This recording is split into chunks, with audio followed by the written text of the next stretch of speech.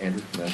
Grassroots groups, progressive members have said that letting DHS funding continue to lapse is in itself the leverage that is needed to do things like get Kristi Noem out of office, to get significant reforms at ICE, including, beyond body cameras and things that folks say are not significant enough in the aftermath of these Minneapolis shootings. What will you say to the base when inevitably there are enough members who have said they're going to vote to pass the government funding bill on final passage?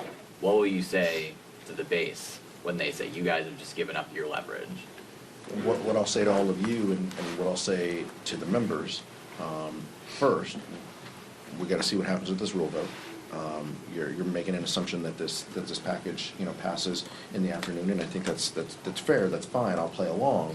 But what you'll hear from members and what you'll hear us say to folks, inside, outside, whatever organizations you call it, is, we have more opportunities. We have more opportunities for leverage, not 6 months away, not in the next appropriations cycle, not, September 30th.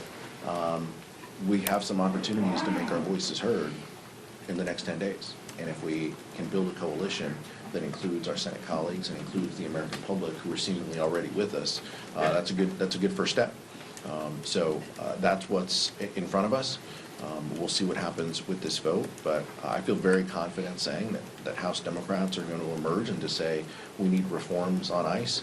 We have a list that we want done, and we aren't settling for half measures.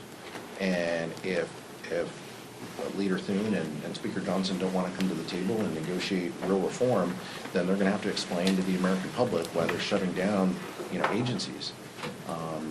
And maybe that's something they're comfortable, doing, but that's not going to be on us. It's going to be on them approving the lawlessness of ICE without making simple reforms that respect the First, Second, Fourth, 10th Amendment, and tries to offer some level of accountability and oversight over these agencies. Thank you, Chairman. It appears this deal we're voting on today stems from Leader Schumer talking directly to the White House. Do you feel that House Democrats are being included enough in those conversations, especially if we get down to the road of negotiating possible changes to ICE later on? I don't think we were party to that conversation, last week. That's fine. Look, we play the cards we're dealt. We're voting on the measures that are on the floor. I'm not interested in playing parlor games over, who talked to who or hurt feelings about, missing a phone call. I don't care about that. My colleagues don't care about that. This is the vote in front of us. This is what we have. We have a rule vote coming up shortly, and then we have the full bill that includes the full year funding measures for the 5 agencies and the 2-week CR for DHS. That's in front of us.